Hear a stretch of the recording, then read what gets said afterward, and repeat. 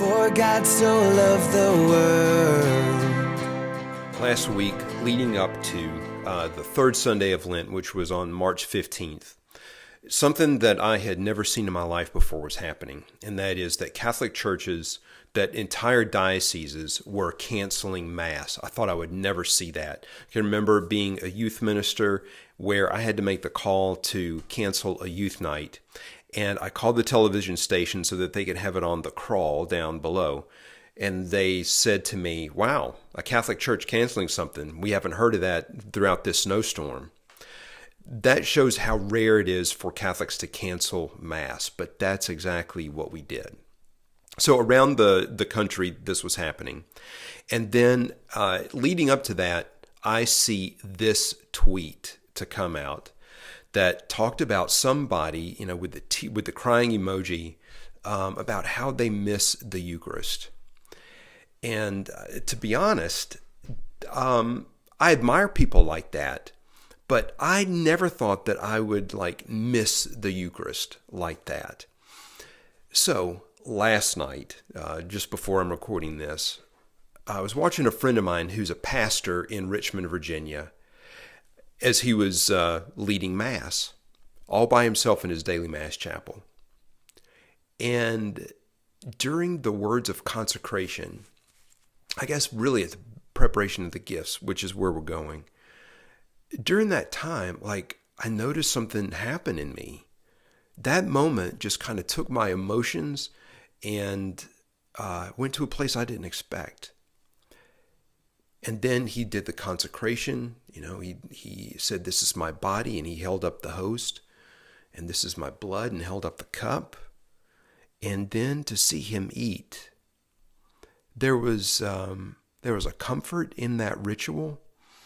And even though it's just been a few days, there was something really deep inside of me that I got that. I understood why this person would tweet how they missed the Eucharist, because I was missing it too. It was a different experience, and I've always been the liturgy guy, and I've always given talks about the Eucharist and believed very deeply in the Eucharist, but I didn't think I would miss it like I did, but I do. So what I want to do very, very quickly here is, I don't know how long this is going to last. Nobody knows how long this is going to last. We are in territory we have never, ever been in, to where all we can do is stay in our homes and watch Mass on our screen. All right, but Mass can still be meaningful, and not only meaningful, but effective, and have a spiritual effect in our lives. So that's what I want to get to. Here's the first thing that I want to say, and that is the priest is still the priest. All right, so what does a priest do? A priest is still a priest.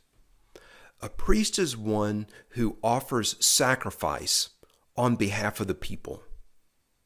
All right, so here is Father Anthony. He's offering the sacrifice of Jesus himself. So the bread and the wine are being offered. They're becoming the body and blood of Christ, so that now what we offer to the Father is Jesus himself. All right? So here he is. He's offering sacrifice for you and me. But here's the thing about being Catholic, is we believe in something called the priesthood of all believers, which means you and I also offer sacrifice. I hope I'm not going too far afield. Stick with me, okay? As Chris Paget says, look at me, look at me, look at me, look at me. All right, you and I offer sacrifice. I always like, as you guys know, at the 5:30 liturgy on Sundays, I give the bread and the wine to whoever's going to bring it down the aisle. When you got my son Anthony, and I know all the ushers are all around. But the reason why the bread and the wine are important is that as they're going down the aisle, there is an invitation for you to put your life inside of the bread and inside of the cup. So as the bread is going forward, it is the perfect symbol of you and me. Right now, this is a hardship. And I don't know what's going to happen with work. I don't know what's going to happen with school. I don't know what's going to happen with my daughter's college. Everything. I have no idea what's going to happen. And it's crushing me. In all honesty, guys, I am waking up at 3 a.m. feeling the weight of the world crushing me. Probably you're feeling it too. So if you're feeling crushed, I want you to keep that in mind. You're feeling crushed. You are like a single grain of wheat. You cannot make bread without crushing the wheat. So if you're feeling crushed, then you are like a grain of wheat in the bread. All right? But all of us are in this together. We're all in this together. So, and why are we in it together? Because we've been baptized together. So when you take a look at the host, it can be comprised of two things, of crushed wheat and water. You and I, because we've been baptized, we are that bread. It is the best symbol of us, crushed wheat bound by water. So this is us that we're offering. And then also, when we're bringing the cup down, if you remember this from the agony in the garden, Jesus says, let this cup not pass me by, not what I want, but what you want. The cup, why did he say cup? Let this cup pass me by. Because in the New Testament, cup meant destiny. And we may not like where our destiny has led us right now. I mean, these four walls, this is what I'm seeing right now.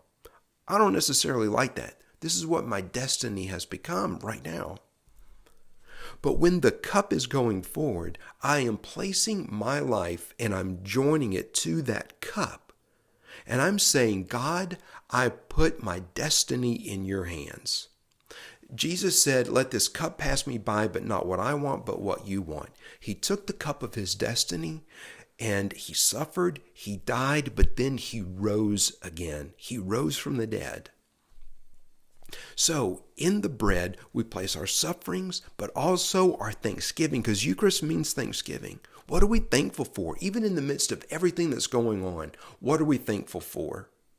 So we offer thanks. I'm thankful that I do have a house. I have four walls. I have a family that I'm able to love and communicate with. I'm offering that at the Eucharist. So when the bread and the wine are going down the aisles, I'm giving both my heartache and my thanksgiving into the bread, and then I'm placing my will and my future, my destiny into the cup. So that when the priest receives them and he prays over the bread and over the cup that they may become the body and blood of Christ, then my life is being offered as well.